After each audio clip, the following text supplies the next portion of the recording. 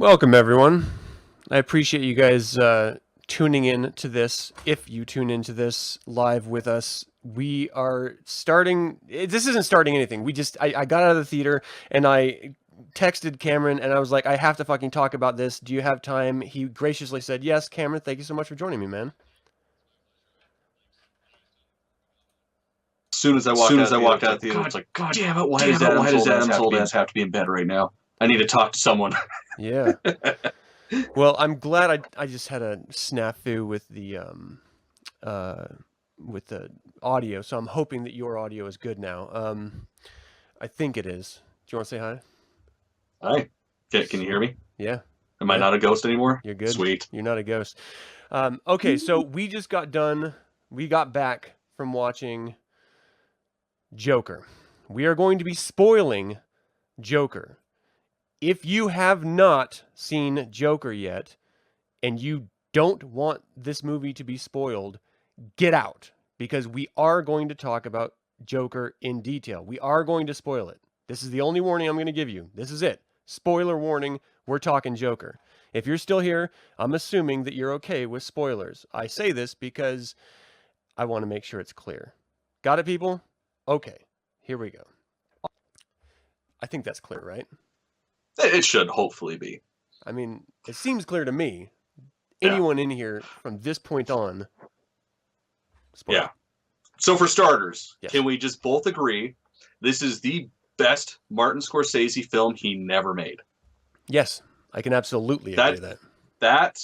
Okay, so I was gonna go see this regardless, but I had a buddy that told me that. That was his review of the movie to me to get me to go see it. And I was like, all right, sold. Already a huge fan of Todd Phillips because I mean he made one of the best music documentaries ever made. Which that's something too I was thinking about. What do you mean? What are you talking about? Have you never seen Hated? No. Oh God. All right, so I got a movie for you to watch. Okay. All right. Hated. It's just spoiler, there's a lot of masturbation and poo eating and piss drinking. No, I'm not gonna watch and that. Violence. I'm It's that's like when I texted you last night or this morning, whatever. I was like, while not the darkest and most violent, this was killer. Yeah. This was fucking amazing. Again, everyone. Spoilers. I just want to make sure, because if you don't go into the theater and you don't watch this fresh, I feel like you're going to be missing part of it. And there's so many other spoiler reviews out by now anyway that if you're going to get spoiled if you're watching this, or if you I personally find it hard to believe this is the kind of movie that can be spoiled, because we could tell you beat for beat what happens, but without actually seeing the characters, watching the chemistry between them, and really getting into the mindset of mental illness, you're not getting the full context at all. No, it's true. Let's start with some details about the movie. Film is called Joker. It was just released this past Thursday, I think, on October 4th. Officially on October 4th. It was directed by Todd Phillips. It stars Joaquin Phoenix. The producers are Bradley Cooper and Emma Tillinger. And I guess maybe that's... I mean, there's some supporting cast. Robert De Niro, Zazie Beetz, let's see, Francis Conroy, Brett Cullen, blah blah blah blah blah blah blah blah. I want to start, if we can, with the soundtrack, the musical score, the composition behind this. I think before we even get to there, we need to start with how this film opens. Okay. This is a fucking late 70s, early 80s, grimy, nasty New York film that's not New York. Even the Warner Brother logo. Exactly. I fucking was high-fiving my buddy I was sitting next to when that shit happened. I saw that, I'm like, yes! Yeah. Because fuck that, just that and the font alone tell you what to expect. And it's just, God, it was so beautiful. Well, it puts you, and you're absolutely right with the Scorsese reference. I mean, he was originally going to produce this, I believe, or he was signed on as a producer, and then he had to drop out because he was doing The Irishman or something.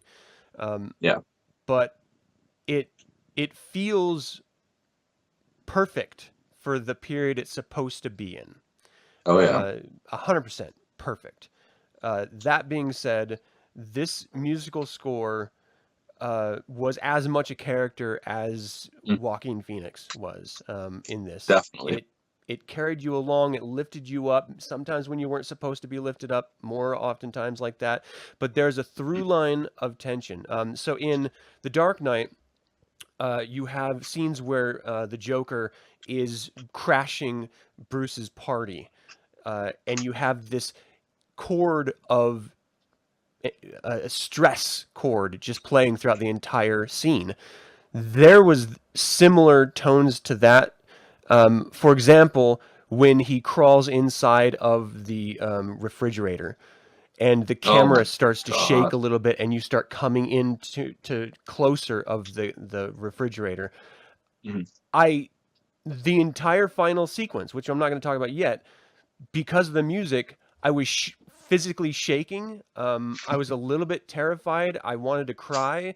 I like emotionally, Mhm. I was at an edge that I don't know if it was in here or if it was because of the film or a mixture. It affected me Oh yeah, dude, more. I bawled. It affected me so Yeah. God you cried. So I was like right there, and Uh, I don't know if it's intentional, if it's just because we're so fucked up. This film really, really, really put me in a place that I was not comfortable being in, but I found this strange comfort being mhm. there. I don't. It Oh was yeah. so unsettling. Well, that's yeah. I was explaining that to my wife because I mean, that's I've talked to you in private over this, but like anything that has to do with moms Yeah. always fucks me up.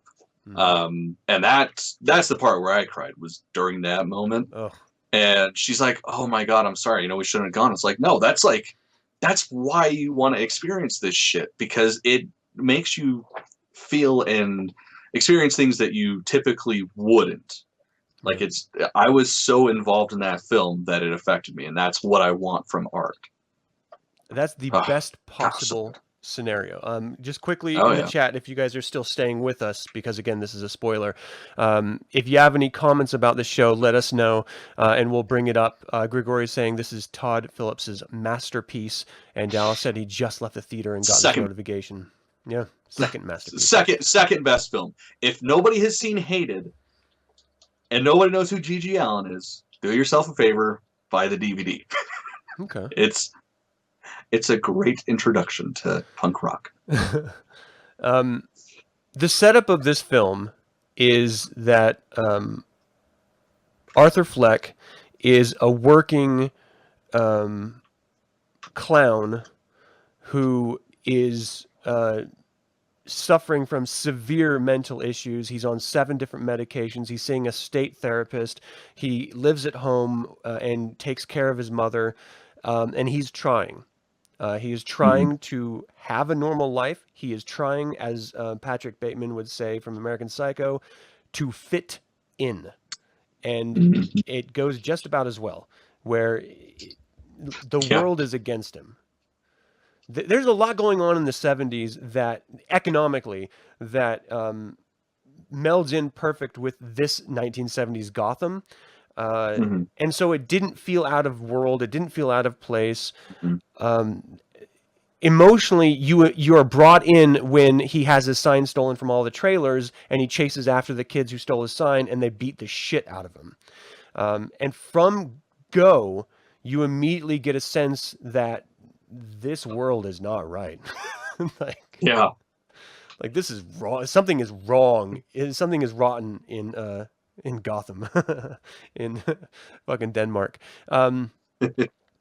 What did you think about the world as it was set up for us? Because it is another creature. It's another entity. Oh yeah. Well, that's the nice thing about New York City in that era is it like it always was a character. Hmm. Like if you go back to films like Street Trash, and like that's the one that always comes to mind when I think like that shit, even though it was Jersey, but whatever. Yeah. And it just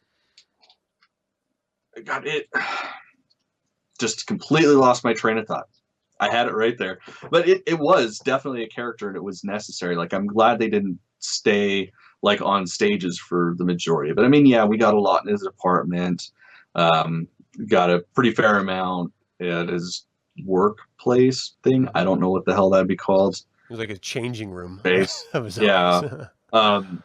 But there's so much outside, and there's so much of the scenery. It's like it just immediately puts you into like that time in our world that wasn't really ours. One thing that I really loved about it is that it's you as a viewer are forced to become a part of the world that the characters inhabit. Meaning, we see things that happen to Arthur Fleck, like, for example, him getting up from the two detectives at the hospital and walking right into a glass window and Yeah. laughing at him doing it, and immediately you're part of the problem. We're set as the viewer as part of the problem throughout the entire show and throughout the entire film. And so the whole time we're thinking we're going along for the ride, and even at times championing Joaquin Phoenix or sympathizing with the things that are going on with Arthur Fleck. And in reality, we're the fucking problem. We're the ones watching this, laughing at him. We're the people taking delight in his misfortune, in his pain, in his misery. And that turn. See, I don't know if I agree with that. Because yes, we were laughing, but it was almost like laughing with him. But like at no point miserable. do you think, yeah, well, yeah, but like at no point do you think, oh man, that's fucking fun. I mean, aside from the glass part, that was funny. That was great comic relief. But it's like awkward. He's such an empathetic character. Like you just can't help but feel bad every time you see him. Like it's like, holy shit, this guy is broken. How the hell do we fix this? And even up into the end, like when all that shit's happening, like you still just feel bad for him. Like never once is like, yeah, you kind of deserve that shit. Was there ever a point in the film where it turned from championing him to thinking, okay, he's just gone too far? No. Not at all. Because I think we were supposed to feel that way. Like I'm sure we were, but I don't know, because even like the music cues, like the end scene when his homies from work show up and he does what he does.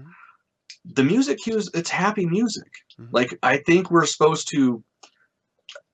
Okay, so the way I looked at the film is it was an exploration of mental illness, and from the very beginning, they were trying to help you get into the mindset of what it is to be mentally ill. And as shit progresses, as he starts to get off his meds and things start to get worse, the music will change a little bit. So when something that maybe if it was set early in the film, there'd be a little bit of a jarring sound to it. It's more like you kind of just want to go, yeah, this is fun. So I don't know. I think it's just supposed to keep you to the very end. Like even the ending when he's singing fucking Sinatra, like that should be disturbing. That should be scary, but you just can't help but smile. Yeah. At least I could. I'm also funny. Oh, I definitely did. Yeah. There was a well, we gave the setup of the film. Let's explain the basics of what pushes the Joker to where he ends up being. And again, I don't think this was ever an option for the character. I think he, in every step of the way, he was pushed into being what he became. And so he is a result of the city itself, of humanity itself. He is the end result of us as a species, and how we interact with each other. And I can't help but, because of that, feel sorry for the character, but also examine myself and my own behaviors. And I think that's maybe the ultimate intention of this film. If there could be, and I don't know that there is, but if there could be seen to be a sort of message, as it were. But let me set this up really quick, because I think it's important for people to understand what happened. So we mentioned at the beginning that he was seeing a therapist or a shrink in some capacity, but it was state sponsored, because he is destitute. He's poor, taking care of his mother. The biggest problem is that the city, thanks to Oh, sweet fucking hell. Wayne. Thomas Wayne. Thomas Wayne, thank Thomas you. Wayne. Thanks to Thomas Wayne, canceled some programs. He is doing Mhm. what he believes is best in order to rearrange, restructure the city in order to make some sort of economic turn and make everyone better. But there are massive consequences to it. And in his interactions with the city, tangentially, because you don't see it directly, he calls them clowns, and he sort of, as a politician does, has a lot of verbal flubs that shine a negative light on him if you're a regular working person or a person of lower economic status. So the Joker's, or at this time Arthur Fleck's, therapy sessions were cut down and out, and so he could no longer get his medications. And so immediately from go, you realize, okay, well now how's he going to survive? He's using 7 medications. He suffers, as it's been presented to us, from an uncontrollable laughing fits because of either psychological trauma or physical trauma to the brain. So there's the mixture of the two, yeah. Yeah, and so even when he in that trailer, when he is looking at the little boy on the bus, and the mom tells him to stop, he hands her a card while he's hysterically laughing to explain, "I'm sorry about this. I can't help this," and he's trying to manage it. As soon as the funding is cut off, you start seeing this character change, and there's a lot of factors that fall in at the same exact time. So, for example, with his profession, he is seen as a creep because of this mental illness to the rest of his co-workers. He's given a gun by one of them because of the opening scene of being beaten by the children and them stealing and breaking the sign. And he keeps the gun. He, in fact, takes it to a children's hospital, and it falls out. Yeah. Another scene where I was laughing at him, and then I realized, oh, fuck, that's part of the problem, too. But that's the final straw that causes him to get fired. Then his mom, throughout the whole show, has been sending letters to Thomas Wayne because she used to work for him and had to be let go, we're led to believe because of cutbacks or something. And then he stumbles upon this final letter and opens it up, and this is a big spoiler warning. She reveals that he, Arthur Fleck, is the illegitimate son of his mother and Thomas Wayne. And that, along with the environment, along with no medication, along with losing his job, sort of pushes him over the edge. His ultimate goal is to be a comedian. That's why he's a clown in the first place. And he can't relate to other people, but he desperately wants to. Even when he goes into the comedy clubs, he's laughing at all the wrong beats. He doesn't understand the natural human expressions of social humor. He has to study it. Well, and with the notes that he takes too, you can see how his mind's working over that. Yeah. Okay, so Dallas says he thinks it's one of the most sympathetic films about mental illness to come out in years. Yeah. Absolutely. What are the beats that you want to hit in his sort of downfall before we start talking about his rise? Fuck. I mean, really, let's talk about his coworkers. Okay. Like, just start his with job those cocksuckers. Yeah. I mean, not only they mock him and stuff, but he's just not a very good clown. Even his mom says, "Don't you have to be funny to be a comedian?" And then the scene ends right there. So you immediately know this guy. He has mental illness. Everybody just shits on him. Yeah. And he's trying, but like his job, you choose a job like clown because you want to be a comedian? Like, it's a completely different. One is you're hiding behind a facade and, sort of doing slapstick stupid shit in order to get a totally different type of a laugh than if you were going to stand up on stage and tell witty jokes or humorous stories or something. So what do you think it says about him or his mind that he would take that approach to it? Well, he kind of explains it, actually, because he talks about growing up, his mom always said he was here to put a smile on faces.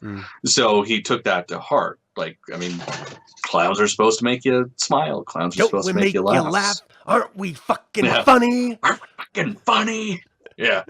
If you don't have a reason why clowns aren't funny, and oh fuck, I just fucked that up.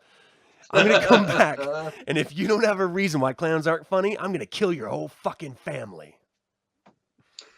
God, I can't wait for 3 from Hell to come. I miss him so goddamn much. I'm so sad he's somebody I never got a chance to meet at a convention because Mm. he was one of the coolest motherfuckers to meet from Yeah. everybody I've ever talked to about it. Okay, so I'm sorry. Shame. Back to you were saying. Sorry. Yeah, so it's not really a long shot, especially because he was institutionalized because of his illnesses and stuff. We don't really actually know.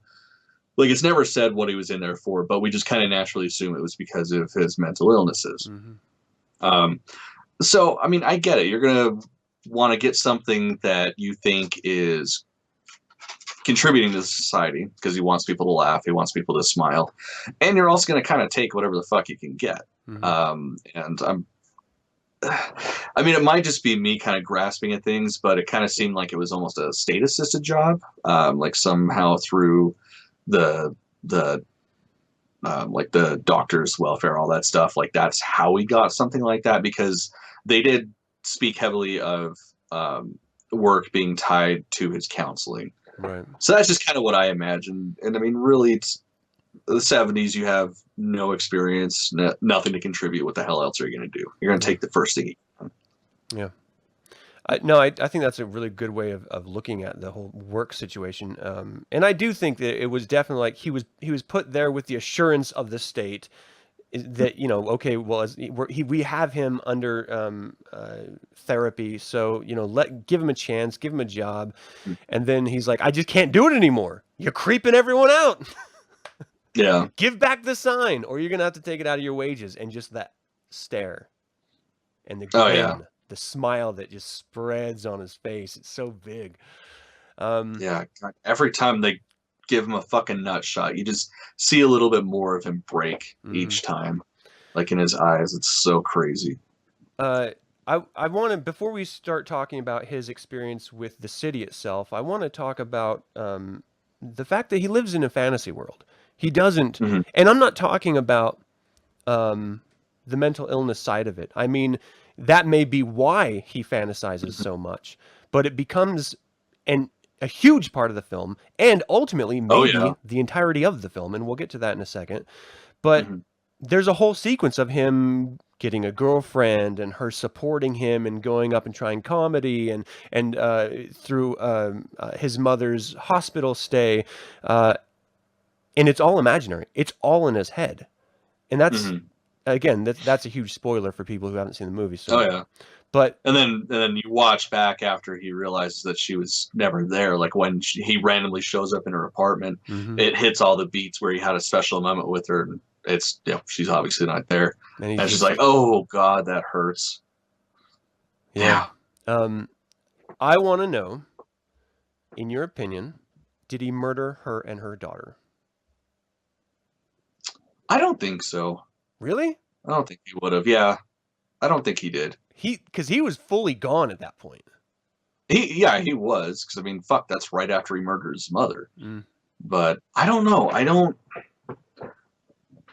It didn't set up like he murdered him. I mean, yeah, he left. He was storming out, but I mean, that's also just how he walked. So I don't know. I don't know. I distinctly got. I had the impression that he did, which was another reason where I was just like, oh shit, this guy is over the edge. But then you can also look at it and say he never killed anyone that didn't ask for it. Like literally no one. The first time he shot those 3 guys that started the entire clown issue, self-defense. He was doing it to save his life. The guy he stabbed in the eyes, that was the guy that gave him the fucking gun in the first place, and then ratted on him and got him fired. And then he was coming over pretending to be a friend when really he was just trying to get an alibi. Yeah. And so he snapped, and then he let the little person go because he never shit on him. He killed his mom because his mom. Great. What did his mom do? Do you want to go into that? Oh yeah, fucking what didn't she do?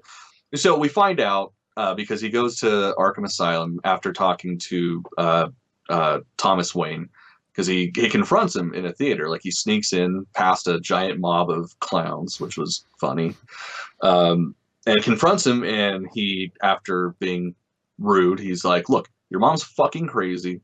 That's why we got rid of her. She was institutionalized because the shit that her and her boyfriend did to you.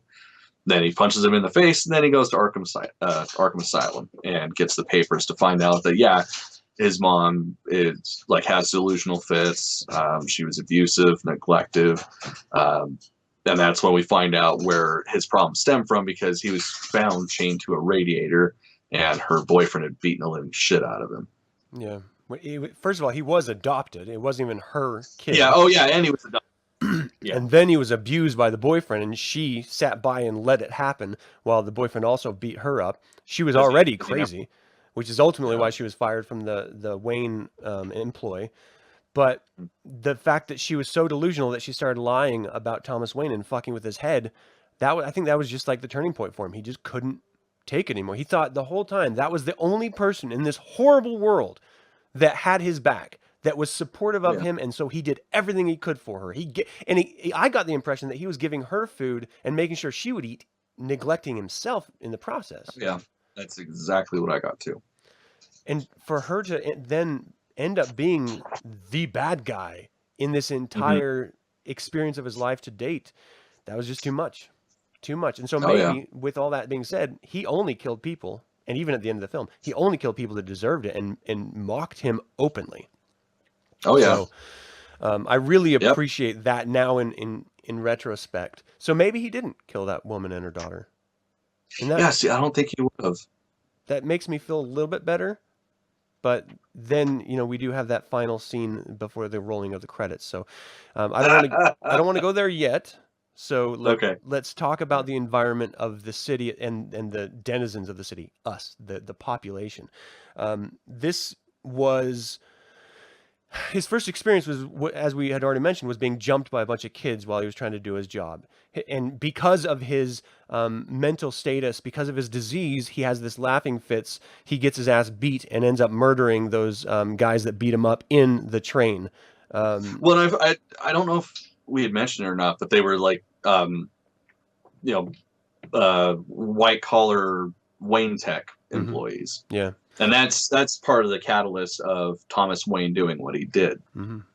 And they were like straight up dude bros, like asshole. Yeah, they were bros. fucking. Yeah, they were assholes. They were trying to basically fry rape the chick on the bus or the train. Yeah. And then when she ran away, they decided to kick the shit out of him.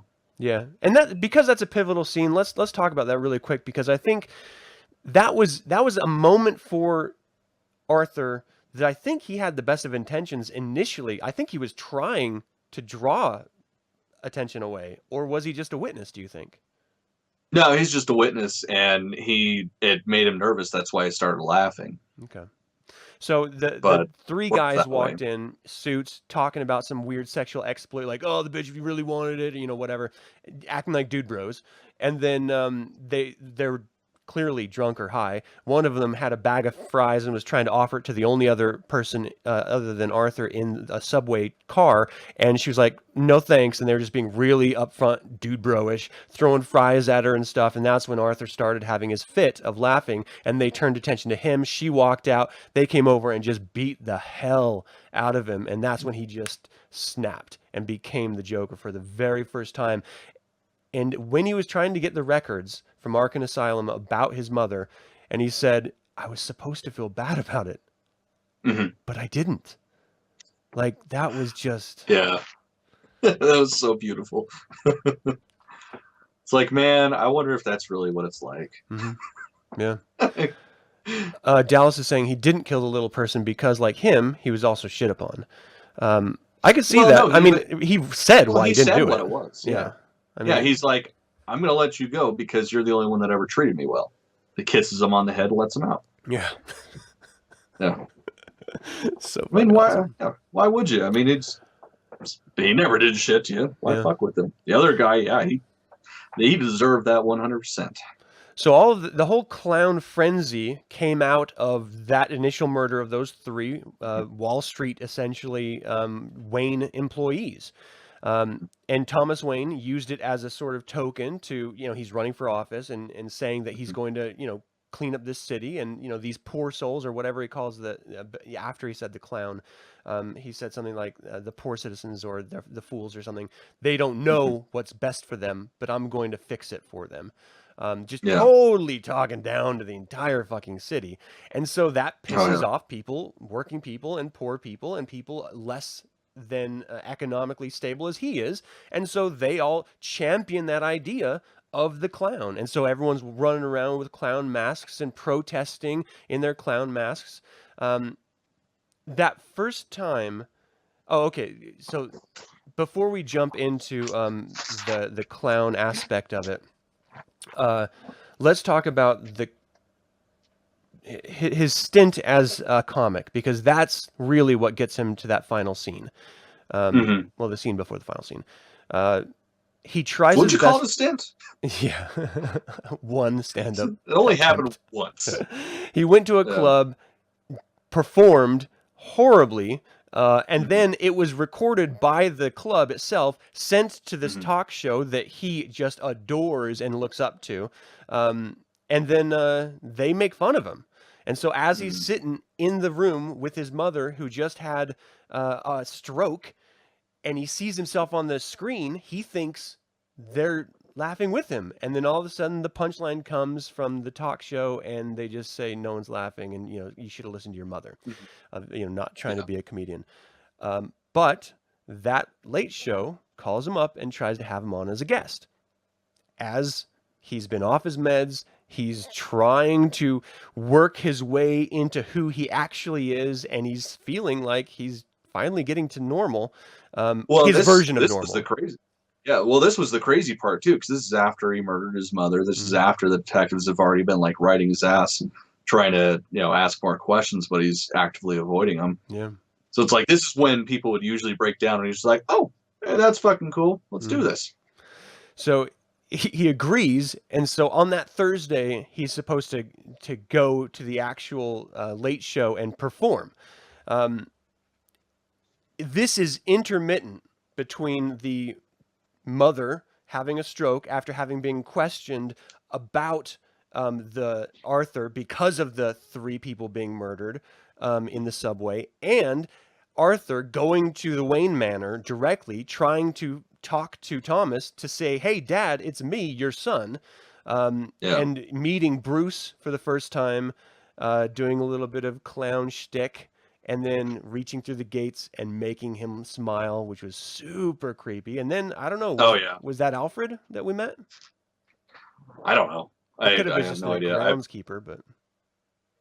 Yeah, I mean, I would imagine it would probably be Alfred, but yeah. I don't know. I stayed for the credits. I didn't actually pay attention. Yeah, I assumed it was, but I have no confirmation on that. He almost chokes him out. Alfred... Arthur almost chokes out Alfred before he runs away, because he was telling him, "Look, your mom's fucking crazy. You are not Thomas's son. Your mom's a nut job." And then he just like loses it through the gate, gripping him and choking him. And then and that's when he finds out about the asylum. No, that was from Thomas. Just kidding.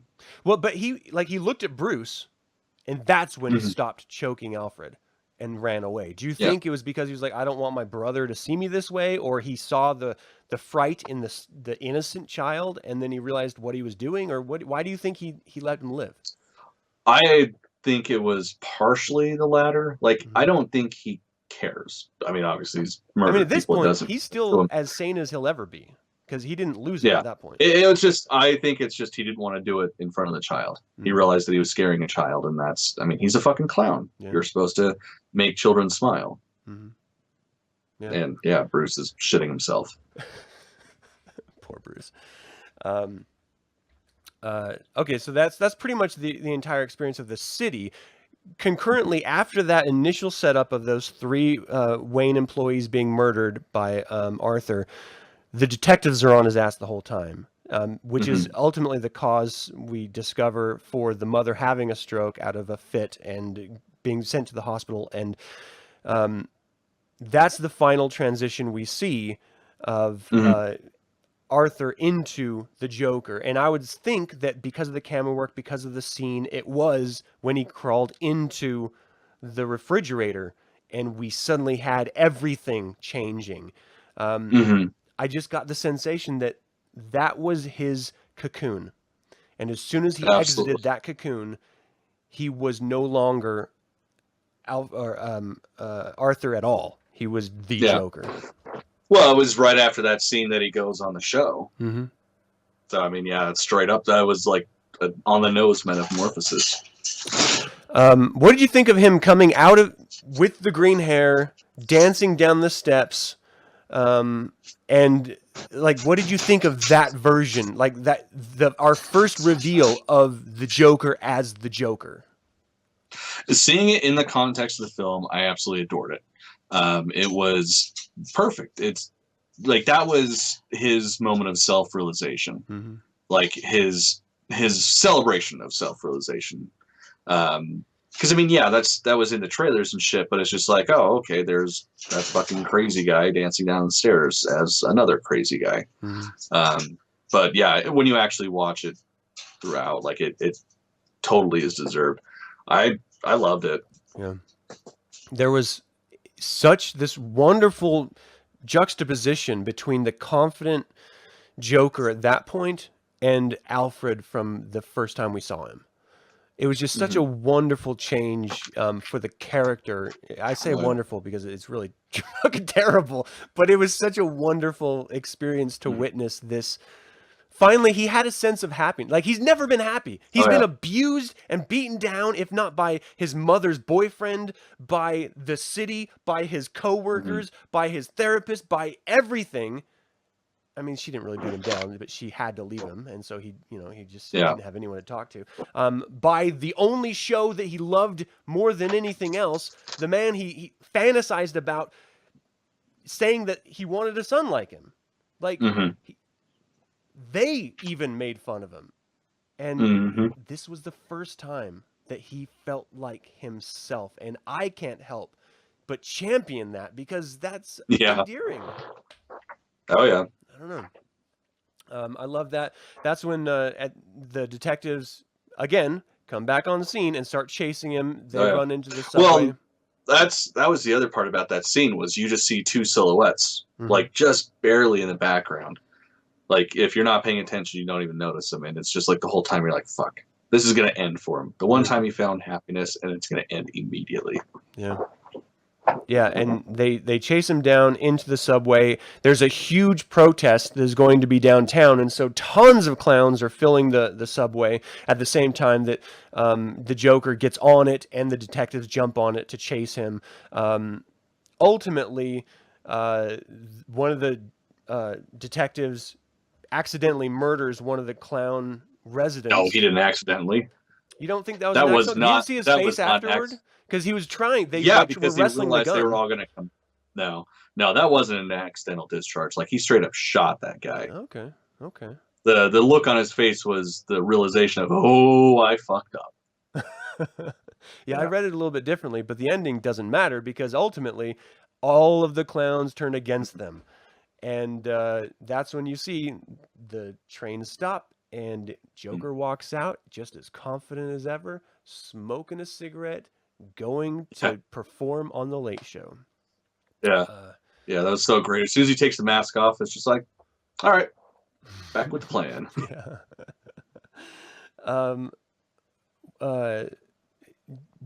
Is there anything else you wanted to cover before we get to that Late Show scene? No, we pretty much have. Like, really, everything else is just it's nuances that you can't really explain. You just have to actually experience. Because really, I mean, that's what this is. You watch his mental breakdown and his realization of what he is supposed to do with his life. So we've really covered it. It's rough because you're not only sympathizing with him as a character, you're also like championing him at some parts. You fucking most of the movie was. I mean, it's so strange.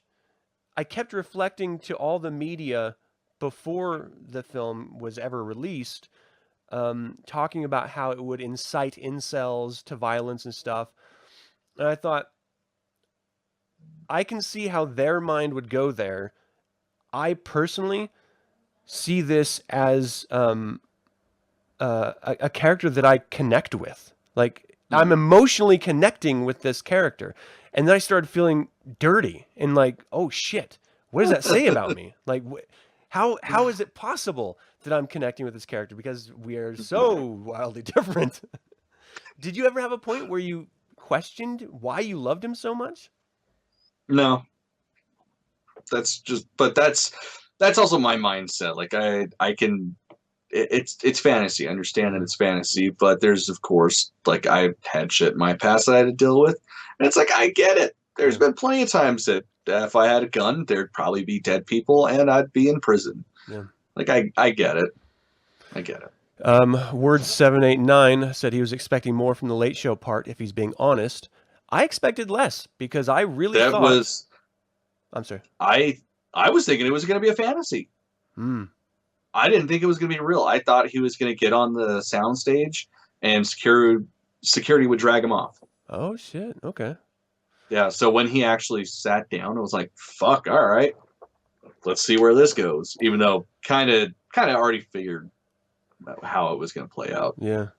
The entire there was a handful of scenes up to like him being announced as being on the show and agreeing to do it, to him actually getting on the subway to go to it, where he would tell his punchline and then he would, pretended to kill himself. And so the whole time I thought he was going to off himself. And when he finally did that, "you get what you fucking deserve" line, I was just like, there it is. God. There it is. Which ends up being a clarion call for the movement. But well, let's just talk about it. Let's go over it. So he shows up. He's in the green room. The host and the fixer come in and they're talking to the producer, talking to Mark Maron and De Niro, saying we shouldn't have him on because of the political climate right now. Things are going too crazy with all these protests. And he's like, why are you wearing the makeup? He's like, I'm not political at all. I don't care what's going on. This is just how I look. And then he's like, just call me Joker. He agrees. They agree to do the bit still. And then he comes out on stage and he doesn't tell any jokes. He does his little bit of dance on his way to the carpet, sees the Dr. Ruth type female character, makes out with the bitch. Like, yeah, that was great. I didn't mean to call her bitch. I don't know why I said that. She's a fine young woman, old woman. But it was just weird and funny that he, like, too long, he was making out with this girl. And then he sat down, they did a little bit of back and forth, and he asked to tell him a joke. So he reached back. I thought that's when he was going to pull out the gun. He pulls out his book of jokes and thoughts and nudies and reads a joke, which of course falls flat. And then they start talking because he just can't help but finally say, "Look, I killed those 3 men. I killed them. And it felt good, and they deserved it." And he just starts running down the litany of, "You wouldn't even care about these deaths if it was me. If I was on the street dying, you just walk right past me. But because it's these people that work for these other people who are wealthy, everyone cares about it. The media is giving them attention, blah, blah, blah. And like, you're the problem. You're the reason why it's wrong that all this stuff is happening. I'm happy about it. It was great. And it was just this wonderful final." It's like the speech before a battle scene of every war movie ever. Yeah, definitely. It is that final monologue that just gives you everything that you wanted to know, with what was inside the character, spelled out, just in case you didn't get it while you were watching the whole time. And then, do you want to talk about what happens after that? The fucking gunshot.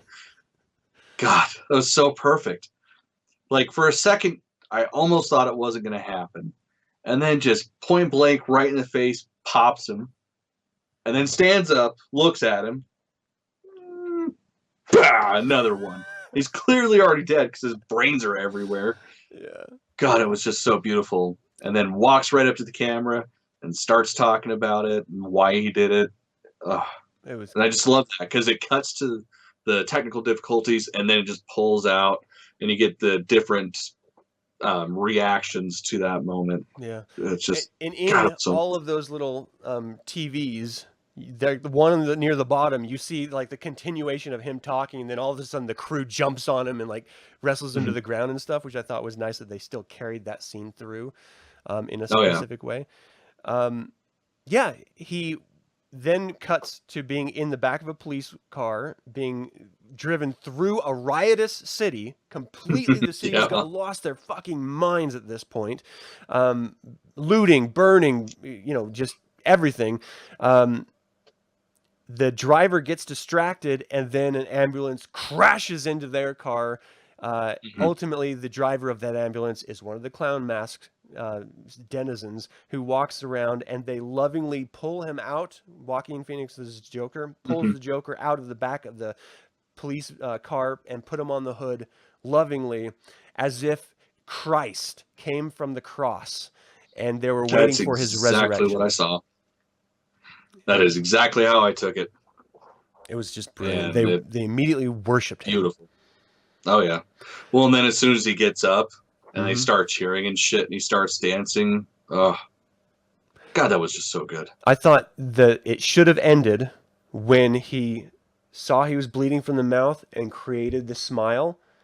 That's, I thought, when it should have ended, but they had him turn around into a throng of cheering clowns that they ended up pulling back a little bit, and that was the final end. But just that scene of him, finally, he's connected to society. Finally, he's a part of society. Finally, he's making everyone smile. Yeah, he knows he's alive, but no one sees him, and now everyone sees him. It's just the greatest final moment for the Joker, and I was so happy that he finally got some semblance of connection, but more than that, a throng of cheers. It was just the best possible ending, and then it wasn't over. Yeah. Yeah.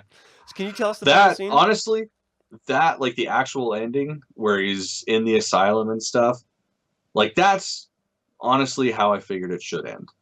Like, because of course he's gonna get locked up. That's his shit. He'll break out, he'll do some shit, and then he gets locked back up, and they try to make him not crazy anymore. Oh, that's how you read it. Yeah. I read it differently. Yeah, you read it as everything was a fantasy? Yeah. Well, see, okay, and I honestly didn't think of that until you said something, because how I took it, that's how it would be with the comics.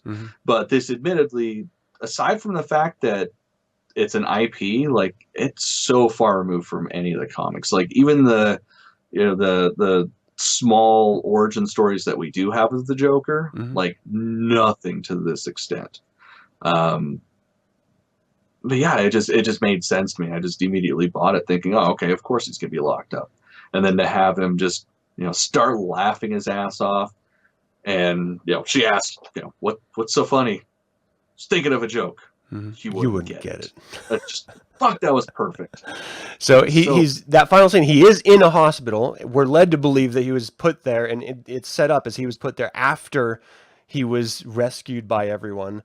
And it's a therapist, and she's like, well, why don't you tell me? And then he just sort of looks at her, and then it cuts to him walking down the hall with bloody footprints, and then being chased back and forth by a fucking orderly. Oh, and it's all Scooby-Doo style too. Like, they just needed Benny Hill music. Yeah, that would have been awesome. So goddamn good. Okay, so the setup was, I'm presuming that at some point he was recaptured and put into the asylum, as far as the film. But the reason why I don't think that's the case, and that I think that it's different, is that we were shown he lives in a fantasy world the entire film. We open with him seeing a therapist, but being told that he was released from being a patient, that he came out of a hospital. And then we end with him already in the hospital. And so I really do think that every single thing, and that's why he was just reflecting and staring, because he was thinking about the whole thing we just saw and laughing about it. I really think this entire film was a joke that he was imagining in his head, but he still killed her, and he still killed people to get there. See it. Yeah, I could see it. I definitely want to watch it again, like, with that in mind. I just find it interesting, because if that's the case, then it plays in perfectly to who the Joker is that we've known. No one knows anything about him. Everything is well, see that okay. The one problem I do have with that is during the riot scene, the Waynes get killed, and of course that's the catalyst to make Batman. Mm-hmm. So it's like they showed that. That's not. Would that be a part of the fantasy, or was that real? Like, that's my only issue with that thought. Yeah. Well, and another part of this is we've been told over and over again this has no connection to anything, and in fact, it's not even a traditional Joker film because it's not connected to any comics. All they want it to do is be a standalone character study film through the context of a Joker character, which again, I think it is a brilliant explanation of that. But to your point, they do show a lot of connections. I mean, specifically to Batman v Superman, like the Excalibur film poster, them going in the alley, the pearls being broken apart like that did, just like the very beginning of Batman versus Superman. So that's just Batman lore, period. Like, but not the pearls like that, is it? Yep. Oh, okay. Yep. Okay. Yeah, like everything, even down to the Zorro the Gay Blade. Like, that's the film they went and saw. So it is consistent with it. So that's one argument for why it would have actually happened, is that clearly in that Joker universe that stuff did happen. I do like that it was just a random clown. It wasn't the Joker that did it. Yeah, because that is one thing that's sort of hinted at in various comics, is that maybe it was the Joker that did it. So yeah, because no one really knows, at least from my understanding. Yeah. I came into this film hot off the heels of Brightburn, where it was a reimagining of a superhero to a supervillain. Sort of serial killer alien type frame. And so watching this from the Joker's perspective, I really enjoyed it thoroughly. Again, and like I said, that entire late show scene where the music was just so disquieted and just tension and suspense filled. I was like physically shaking. I found my jaw was shaking. I wanted to fucking cry because I was like, he's finally getting what he's always wanted, to be seen on air, and he's doing it on his terms, and it's just so goddamn beautiful. But I'm terrified of what's going to happen next. I don't know what's going to happen, and I don't want it to happen, but I want it to happen, and I want to see it. And because you don't know whether it's just going to be a fantasy or it's reality, or you don't know if he's going to kill himself or kill the show host or all of the audience, because you don't know. It's terrifying. It's so suspense filled, and it's brilliant. Absolutely brilliant. Did you come out of the show? How did you come out of the show feeling? Oh, I fucking loved it. I was so goddamn happy. Like, the whole time we were watching the credits, that's all I kept talking about, was how this was probably one of my favorite fucking superhero movies or comic book movies at this point. Like, it was so perfect. It was like nothing we'd seen. At least not in like current era, as far as like comics and shit are concerned. Yeah, I was so happy. Like, I had high expectations for it, and they definitely far surpassed them. It did exactly what it said it was going to do, and it was better than I expected it to be doing it. Yeah, and Joaquin Phoenix owned that version of the Joker. Absolutely, I would definitely put him in the top 3 at this point. So, like, because as far as like my Jokers. Yeah, I think it's inevitable. We have to rank them. So do you want to give your top 3 Jokers? Okay, so Mark Hamill, Troy Baker, Joaquin Phoenix. Who is Troy Baker? We're not friends anymore, Adam.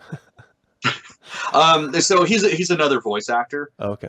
He's the one that took over doing the Joker after Arkham City, when God damn it, what was the company that put out Origins? So the video game? The third, yeah. So the third Arkham game was a one-off that wasn't actually from the parent company, but it was Arkham Origins, and the Joker was in it.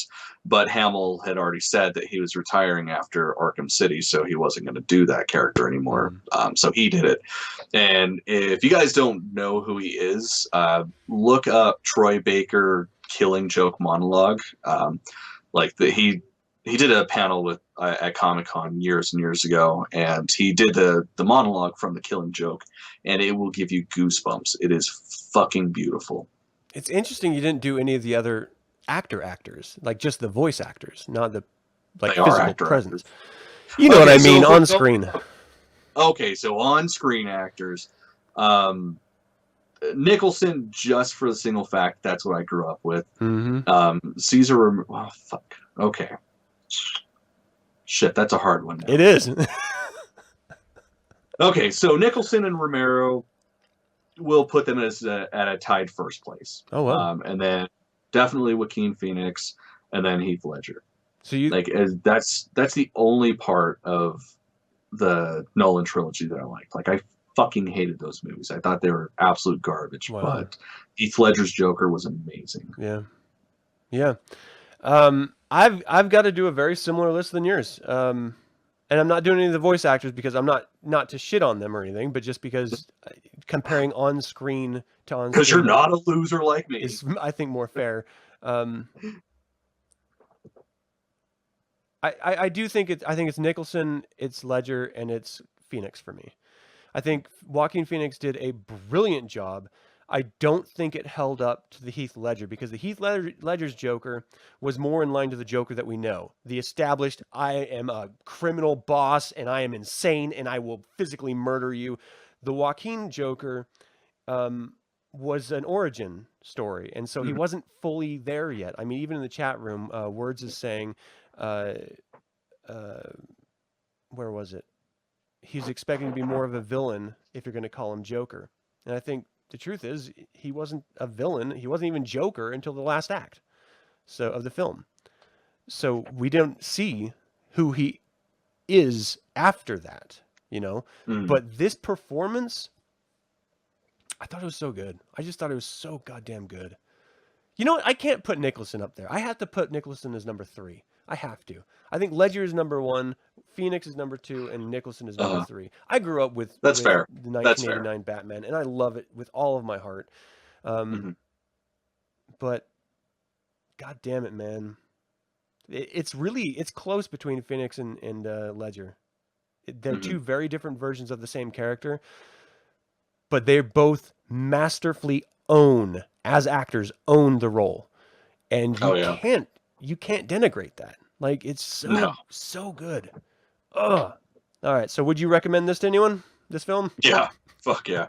It's something I have to see at least one more time before it's out of theaters, because there's just, I mean, of course, movies are just fun to watch, period. But with something like this, it is a vastly different experience to watch it in theaters, especially when you're the asshole that laughs at the parts that you're not supposed to laugh at and everybody stares at you.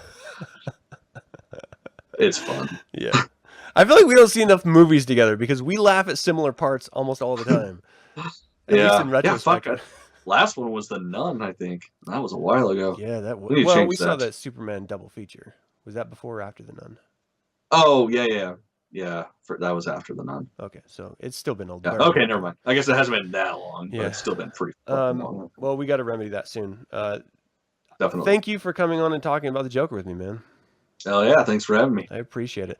And thank you guys for tuning in and sharing your thoughts on it as well in the chat room.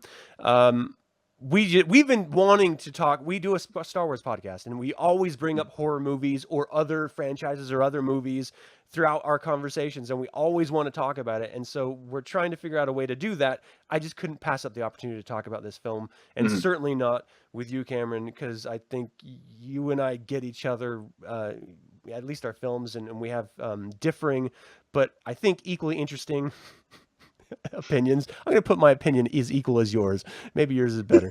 No. Opinions are just that. They're opinions. Like buttholes. Well, I like the smell of your opinion.